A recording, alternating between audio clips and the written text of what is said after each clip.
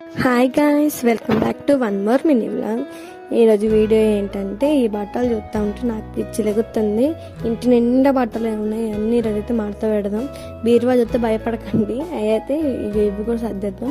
ఈ దసరా ఇవన్నీ బతుకమ్మ ఇవన్నీ వచ్చేసరికి డైలీ ఒక డ్రెస్ వేయడం, సారీ కట్టుకోవడం ఇట్లా అయిపోయినాయి కాబట్టి చింద్రవందరగా అయిపోయింది. చూస్తుంటే చికాకు వస్తుంది, నాకే పిచ్చి లెగుతుంది, ఏం చేయాలో అర్థం కాక ఇంకా మడత పెడదామని ఫిక్స్ అయిపోయినా.